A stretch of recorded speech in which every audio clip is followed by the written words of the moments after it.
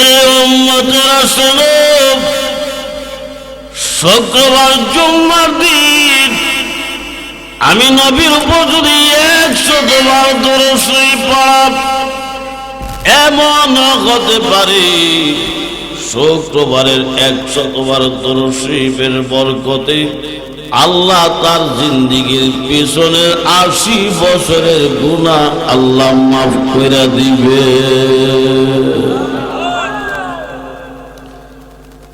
বুখারী শরীফের মধ্যে একটা দোয়া আছে, দোয়াটা অত্যন্ত সুন্দর।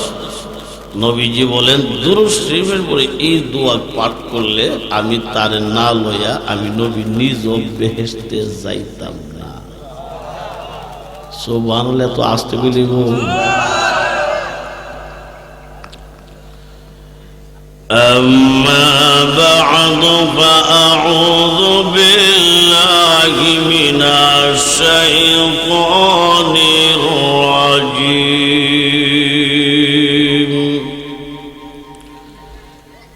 بسم الله الرحمن الرحيم.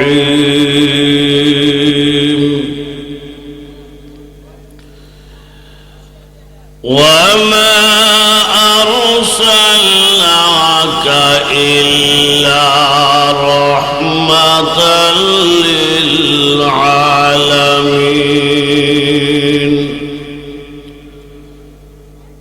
صدق الله العظيم.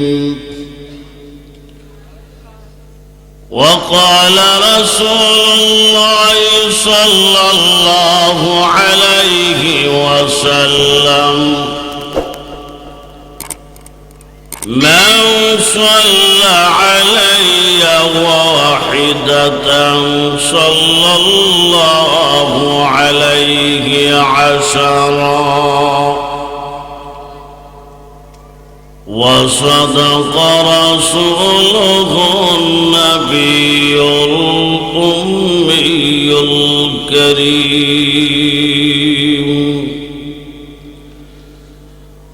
ونحن على ذلك لمن الشاهدين والشاكرين. والحمد لله رب العالمين. اللهم صل على سيدنا ومولانا محمد وعلى آله وأصحابه وسلم. بلغ العلا بكماله كشف الدجى بجماله. حسنت جميع خصاله. صلى عليه وآله. لا إله إلا الله محمد رسول الله صلى الله عليه وسلم. 3 দিন ব্যাপী তাফসীরুল কোরআন মাহফিলের আজকে শেষ দিন। শ্রদ্ধেয় সভাপতি মুআজ্জাজ মুকাররম উলামায়ে কেরাম, বুজুর্গান দ্বীন, মুরব্বিয়ান, যুবকবৃন্দ,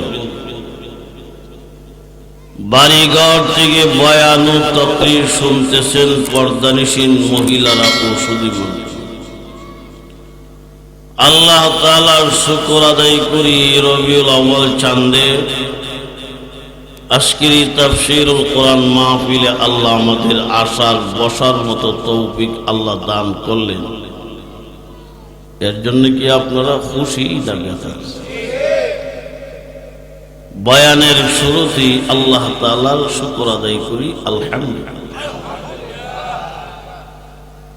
বিজ্ঞ উলামায়ে কেরাম বয়ান করেছেন, আল্লাহ তাআলা আমাদেরকে দ্বীনি কথাবার্তার উপর আমল করার তৌফিক দান করেন। আল্লাহ যত মুসলিম নরনারী কবরে আছেন, এই এলাকার অনেক মুর্দেগান যারা কবরে আছেন, আল্লাহ তাআলা যেন তাদেরকে জান্নাতবাসী বানায় দেন। যারা অসুস্থ আছেন, আল্লাহ যেন সুস্থতা দান করেন।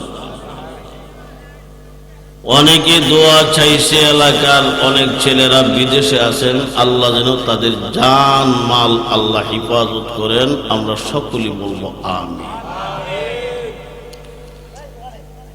নির্ধারিত একটা সময় এবং নির্ধারিত একটি বিষয় নির্ধারণ করা হয়েছে, সেহেতু আমি আপনাদের সামনে একখান আয়াতে কারিমা তেলাওয়াত করেছি।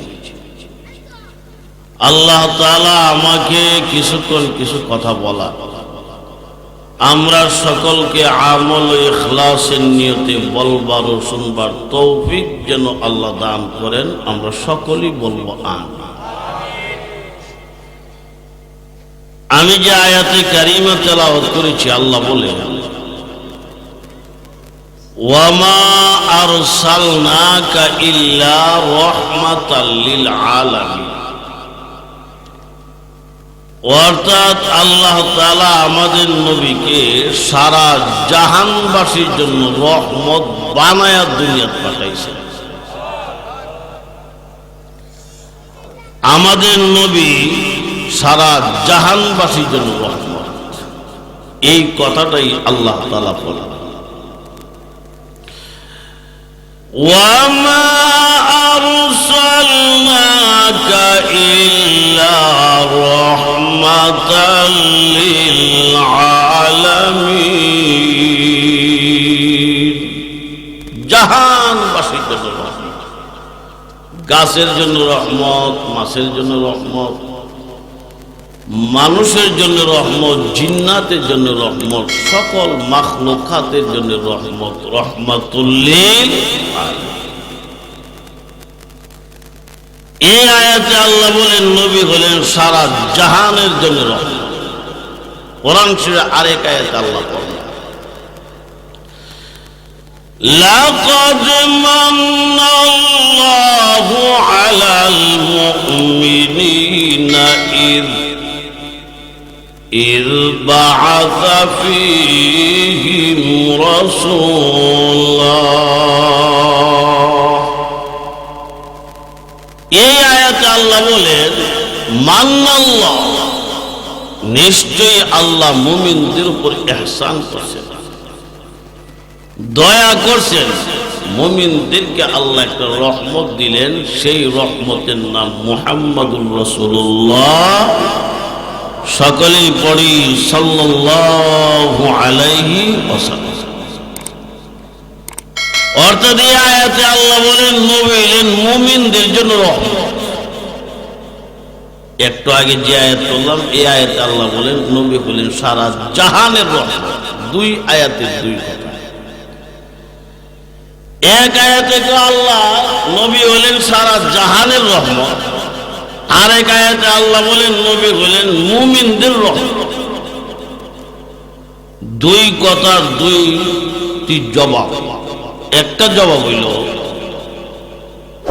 নবীজি পুরা জাহানের জন্য রহমতটি, কিন্তু পরিপূর্ণ রহমতটা পাবে একমাত্র খাঁটি মুমিন মুসলমান যারা, তারা। যেমন উদাহরণ, আমরা যে ঘি খাই, ঘি চিনছেন তো? ঘি খাইলে শরীরের জন্য উপকার হয়, ঠিক না? শক্তি বাড়ে, স্বাস্থ্য বাড়াতে হয়, চেহারা না ফোন ফোন থাকে। ঘি বড় ভালো জিনিস, কিন্তু এমন ব্যক্তি ঘি খাইতেছে যে ব্যক্তির ফ্যাট লাগবে। এই বেটার লাগে মনে স্বাস্থ্যটা একটু ফুলবো নাকি তা ঘি ভালো জিনিস, উপকার হবে পেট বালা যাত্রা। নবী হলেন পুরা জাহানের রহমত, পরিপূর্ণ রহমত পাবে একমাত্র খাঁটি মুমিন মুসলমান যারা তারা। আমরা নবী তো এমন নবী, সেই নবীর অনুসরণ করতে হবে। এটা আল্লাহ কোরআন শরীফে এক আয়াত আল্লাহ বলেন, قل إن كنتم تحبون الله فاتبعوني يحببكم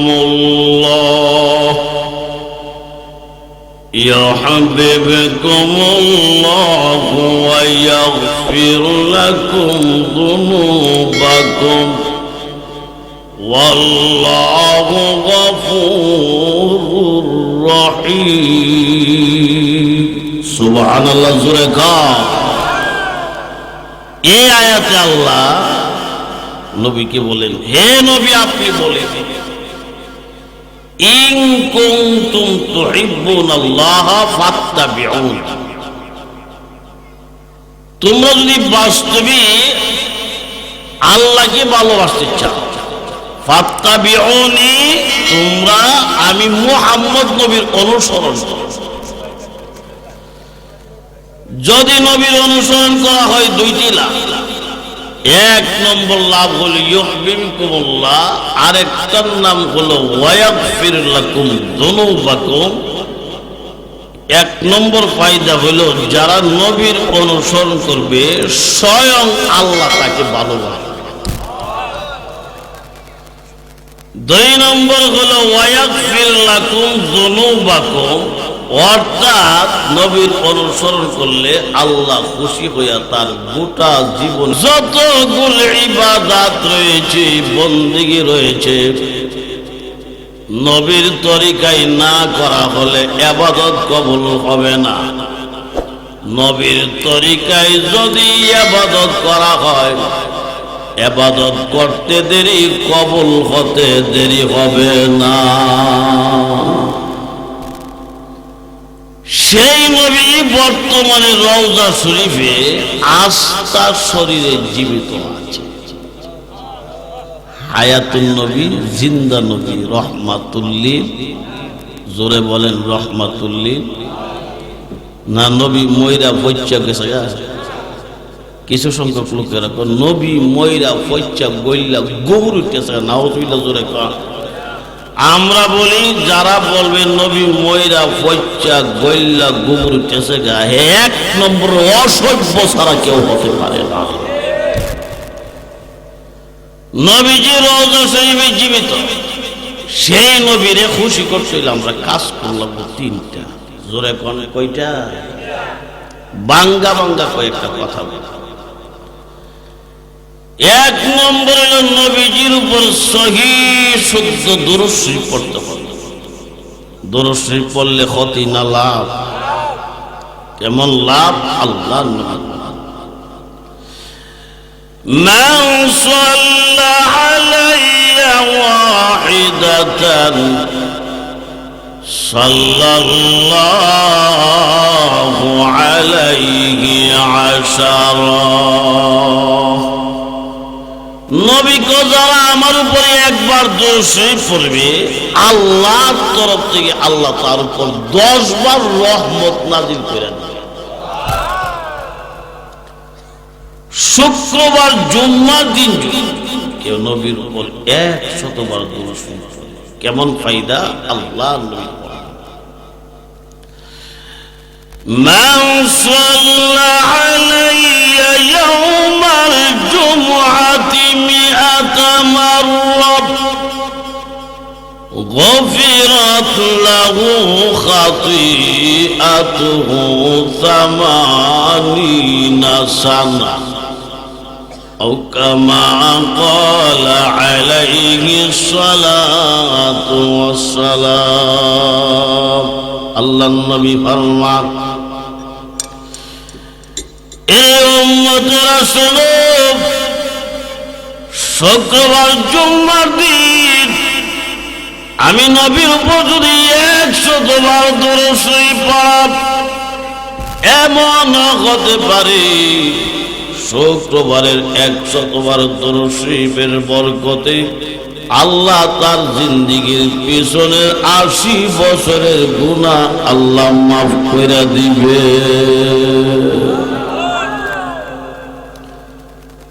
বুখারী শরীফের মধ্যে একটা দোয়া আছে, দোয়াটা অত্যন্ত সুন্দর। নবীজি বলেন দুরূদ শরীফের পরে এই দোয়া পাঠ করলে আমি তার না লইয়া আমি নবী নিজে বেহেশতে যাইতাম না। সুবহানাল্লাহ। তো আসতে বলিব দোয়াটা কইতাম নি, শিখবেন নি, আগে তাই ফুরাই বলা শিখবেন। ওয়াজ আইসি তফসির কিছু কত ঠিক লাগবে। আগে হাদিসটা কই, হাদিসটার ভিতরে হলো দোয়া। من صلى على محمد اللهم أنزله المقعد المقرب عندك يوم القيامة وجبت له شفاعتي। নবী কা মান সাল্লা আলা মুহাম্মাদিন ওয়া ক্বালা আল্লাহুম্মা আনজিলহুল মাকআদাল মুকাররাবা ইনদাকা ইয়াউমাল কিয়ামা, এরপরে কইছে ওয়াজাবাত লাহু শাফাআতি। বুখারী শরীফের ইবারত। নবীজি বলেন যারা আমার উপর দরুদ শরীফ পড়বে আর এই দোয়াটা পড়বে, দোয়াটা হইল আল্লাহুম্মা আনজিলহুল মাকআদাল মুকাররাবা ইনদাকা ইয়াউমাল কিয়ামাহ। এটা শিখবেন, মুখস্থ করবেন, প্রয়োজনে ইমাম সামনে বলবেন, লিখে হইল দিন আমি শিখতে চাই। ছোট ছোট দোয়া জানে না, বাক্কা সরদারি জানে, মৌলবীর সাথে ফোন দিতে জানে, কিন্তু জিজ্ঞাসা করলে অনেকে আছে মা বাপের জানাজা পড়ে না, জানাজা পড়তে ঈদের নামাজ পড়ে না। জোরে কোন ঠিক নেই? এক নেতা ঈদুল ফিতরের নামাজ পড়লি গ্রামের বাড়ি গেছে, গিয়া ঈদের মাঠে গেছে, সকালবেলা নামাজ পড়তো। ইমাম সাহেব হুজুর ঈদের জমাতের টাইম কতক্ষণ আছে? স্যার আরো 15-20 মিনিট আছে। 15-20 মিনিট থাকলে টাইম মতো নামাজ পড়লে ভালো, তবে যেহেতু ঈদের নামাজ মুয়াজ্জিন সাহেব কই আগে তাড়াতাড়ি আজান বাজালে। নেতা সাহেব কইছে ঈদের নামাজের আজান দিতে কোন দিদি হারে। যেই দেশে 95% মুসলমান বাস করে, এই দেশে যেই ব্যক্তি ঈদের নামাজের জানাজার ঈদের নামাজের আজান আছে কি না জানে না, এমন লোক রাজনীতি করা উচিত না। জন্য আসো আমি যেই কথা বলতে চাই, ছোট্ট একটা দোয়া, আল্লাহুম্মা আনজিলহুল মাকআদাল মুকাররাবা ইনদাকা ইয়াউমাল কিয়ামাহ। এই দোয়াটা যদি কেউ পাঠ করে, নবী কো ওয়াজাবাত লাহু শাফাআতি, নিশ্চিত সে আল্লাহর জান্নাতে প্রবেশ করবে। নিশ্চিত বললাম কেন? আলেম উলামায়ে কেরাম বলেন ওয়াজাবাত মাজির শেষ, ভবিষ্যতের কোন মানা বোঝানোর জন্য যদি মাজির সেগা ব্যবহার হয় তাহলে এটা নিশ্চয়তার মানা দেয়। তাহলে ওয়াজাবাত লাহু শাফাআতি এর অর্থ হলো দুরূদ শরীফের পরে এই দোয়া পাঠ করলে এই দোয়াটার খাতিরে হাসর দিন নবীজি তাকে নিশ্চিত সুপারিশ করা নবীর জন্য ওয়াজিব হয়ে যায়। এই জন্য দুরূদ শরীফ পড়া শ্রেষ্ঠ দুরূদ শরীফ হলো দুরূদ ইব্রাহিমী। যেই দুরূদ শরীফ নামাজ পড়ি, নামাজ পড়ি না, শ্রেষ্ঠ দুরূদ ইব্রাহিম। কেন? এই দুরূদ শরীফটা শ্রেষ্ঠ দিকে নামাজে পড়া। আল্লাহুম্মা সাল্লি আলা মুহাম্মাদিন وعلى آل محمد كما صليت على إبراهيم وعلى آل إبراهيم إنك حميد مجيد اللهم بارك على محمد وعلى آل محمد كما باركت على إبراهيم وعلى آل إبراهيم إنك حميد مجيد এটার নাম হলো দুরূদ ইব্রাহিম, শ্রেষ্ঠ দুরূদ শরীফ। আর একেবারে সহজ সংক্ষিপ্ত দুরূদ শরীফের নাম হলো সাল্লাল্লাহু আলাইহি ওয়াসাল্লাম। এইটা একটা দুরূদ শরীফ। মিশকাত শরীফের মধ্যে আছে তিন ধরনের ব্যক্তির নবী বদ্ধ হয়ে গেছে। رغم أنف رجل ذكرت عنده فلم يصل علي। এক নম্বর যারা নবীর নাম শুনবে দুরূদ শরীফ পড়বে না, স্বয়ং নবী তারে বদ্ধ হয়ে গেছে। দুই নম্বর দাখালা আলাইহি রমাদান সুম্মা সালাহা ক্বাবলা আইয়ুকাল্লা, অর্থাৎ যারা রমজান পায় গুনাহ মাফ করাইতে পারে না। এমন লোক আছে এমনি মাশাআল্লাহ ভালোই, কিন্তু রমজান মাসের নাম মনে হলি গ্যাস্ট্রিক শুরু হয়ে যায়। এমন রাজ্য বাংলাদেশও নাইনা আছে, আসতে কইলেন কে নাইনা আছে, রোজা থাকতো না, ইফতারির সময় দেখবেন দোকানটা দিয়ে 12 জাতির ইফতারি বইব। হ্যাঁ, ইফতারির অবস্থা দেখলে বোঝা যায় হ্যাঁ 3 দিন ধরে রোজা। 3 দিন আগে সেই দেখাইছি, এই মাত্র ইফতার খান লইয়া বসে 3 দিনের ভিতরে মনে জীবনে কিছু খাইছে না। সারাদিন যে দরজা লাগাইয়া বমরুড়ি সাগর কলা দিয়া সুরের মতো 8টা দেবো রাখ কষ্ট মতো খাইছে। আল্লাহ দেখছি নি? আপনার কথা কি আল্লাহ দেখে না? আমি বয়ান করতেছি, আল্লাহ আমরা দেখতেছি নি? শুনতেছেন আপনারা, আল্লাহ আপনারা দেখিনি? মাহফিলে যারা গাইতেছে হেরার দেখিনি? ফিসে যারা হার হয়েছে হেরার দেখিনি? আল্লাহ কই এক সাববাদ নাই, সবাই আমি দেখি দূরে কোন টিকে থেকে। 2 নম্বর যারা রমজান পায় গুনাহ মাফ করতে পারে, যেহেতু বিষয় আমার এই জন্য এই বিষয় বয়ান করতেছি। 3 নম্বর যারা আম্মা আব্বা আছে, যাদের মা না থাকলে বাপ আছে, বাপ না থাকলে মা আছে, মা বাবা থাকতে সন্তান মা বাবার কাছ থেকে মাপ নিতে পারে নাই, নবী তার উপর বদ্ধ হয়ে গেছে। আর আমরা নবী এমন নেক দোয়া করলে যেমন কবুল হয়, বদ্ধ করলে তেমন কবুল হয়। জোরে কোন ঠিক ঠিক না? আরে নেক দোয়ার বদ্ধ দোয়া না, আমরা নবী ইশারা করলে তো আল্লাহর দরবারে কবুল হয় না। নবুয়তের পরে না, খালি নবুয়তের আগেও ইশারা করলে কবুল।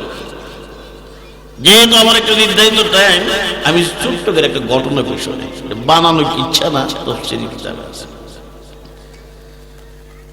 একবার মক্কাতে বৃষ্টি হয় না, অনেক দিন বৃষ্টি হয় না না হওয়ার কারণে মক্কাতে এমন গরম বাড়ছে, গরমের কারণে মানুষ অসুস্থ হয়ে গেছে।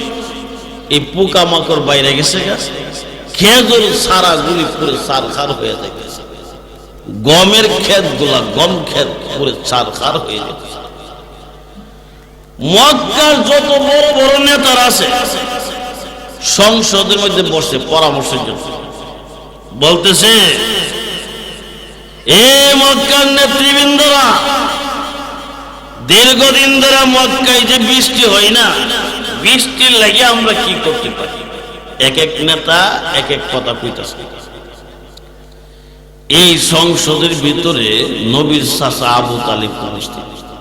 আবু তালেব মাননীয় স্পিকার, বৃষ্টি হয় না, বৃষ্টির লাগে দুনিয়াতে অন্য কোন ব্যবস্থা নাই, তবে বৃষ্টির লাগে আমার কাছে একটা ব্যবস্থা আছে। কি ব্যবস্থা? আমরা বাড়ির মধ্যে আমার একজন ভাতিজা আছে, নাম তার মুহাম্মদ, সবাই বলি সাল্লাল্লাহু আলাইহি ওয়াসাল্লাম।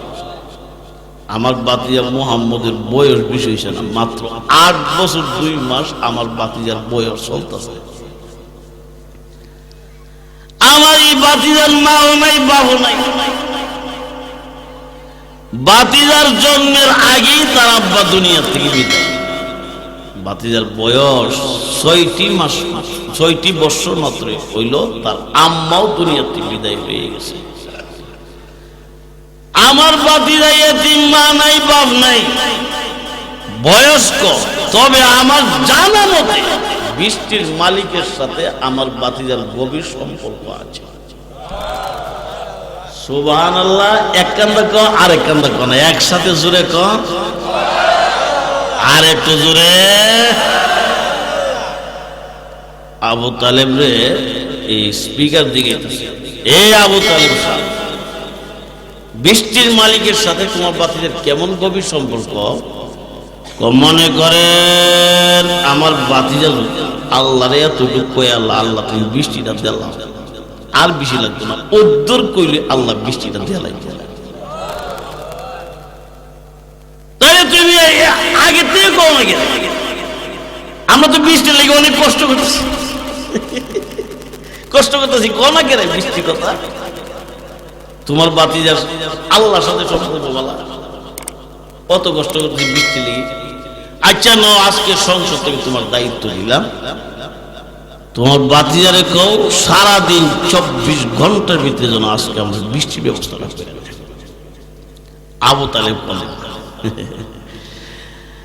আমার ভাতিজারে ব্যবহার করলে সারাদিন লাগবে না, 24 ঘন্টা লাগবে না, 24 মিনিটও লাগবে না, 24 সেকেন্ডও লাগবে না। কতক্ষণ লাগবে? কতক্ষণও লাগবে না। আমার ভাতিজা যখন কইব আল্লাহরে বৃষ্টিটা দিয়া লাও, তখনই আল্লাহ বৃষ্টি দিয়া নাই। এইটা হইল কথা। সুবহানাল্লাহ, জোরে কর না। তোমার ইচ্ছা, তোমার ভাতিজা যখন ইচ্ছা তখন আমরা বৃষ্টির ব্যবস্থা করতো। আবু তালেব কর নেও, আমি বৃষ্টির দায়িত্ব হাত নিলাম। সুবহানাল্লাহ, জোরে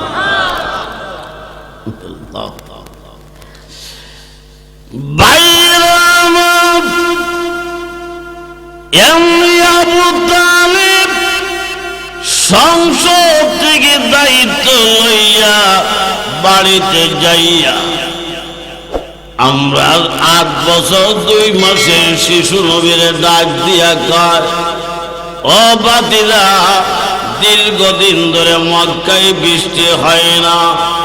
আজকে নেতৃবৃন্দ সংসদ অধিবেশনে বসেছিল, বৃষ্টি নিয়ে পরামর্শ হয়েছে, কথা হয়েছে।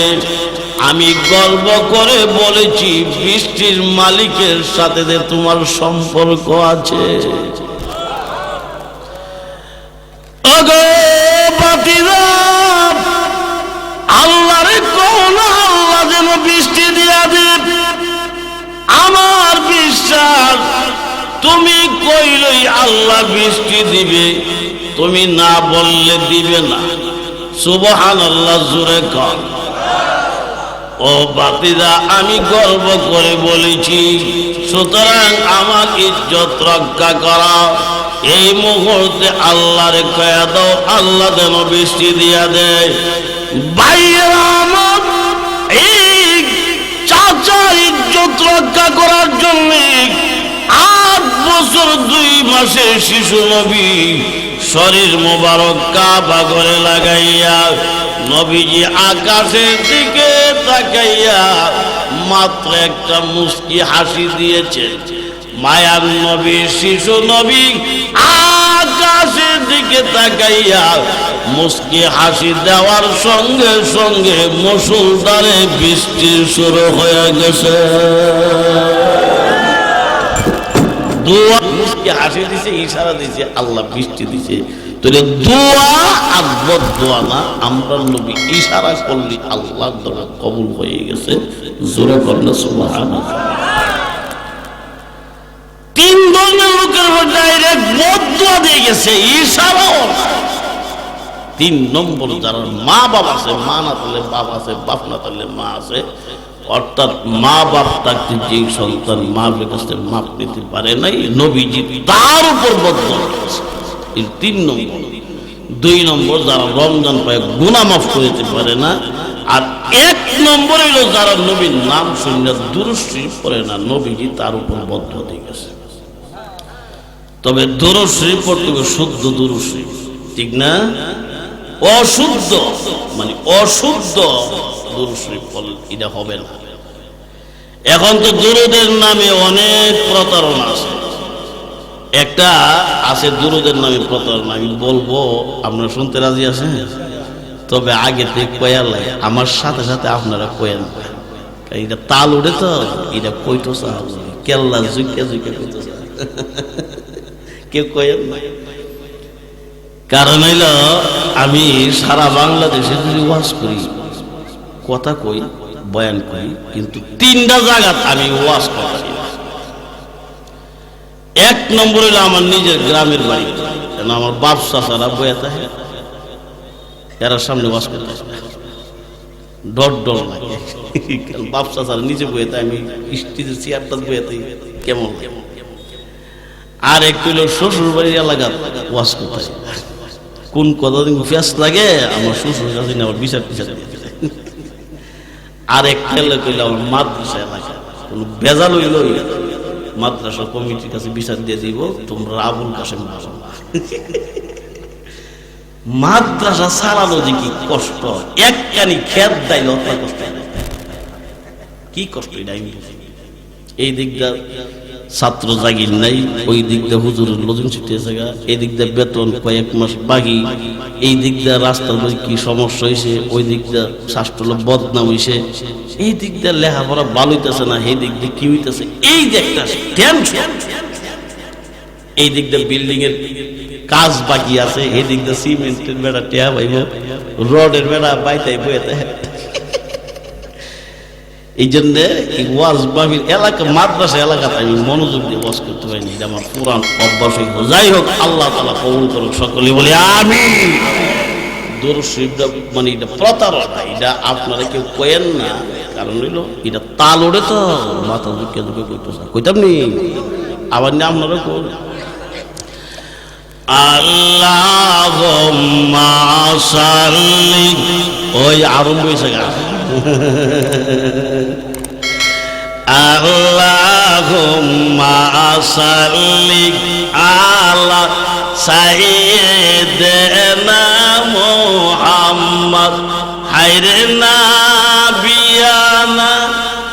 কোন কিতাবে হায়রে নাবিয়ানা আছে? হায়রে নাবিয়ানা আছে? এখন যদি ইমাম সাহেব যদি নামাজ পড়ে, দেখি আমিও তো মাদ্রাসা মারো ঈদের নামাজ পড়াই, আমি যদি আলহামদুলিল্লাহ কি করবেন জানি, বুঝা লাগি।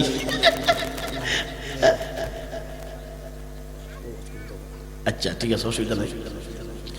এখন যদি আমি যদি ঈদের মাঠ হয়, ঈদ উল ফিতর বা ঈদ উল আজহার নামাজ পড়ে দিকে আলহামদুলিল্লাহ এমনি পড়ি,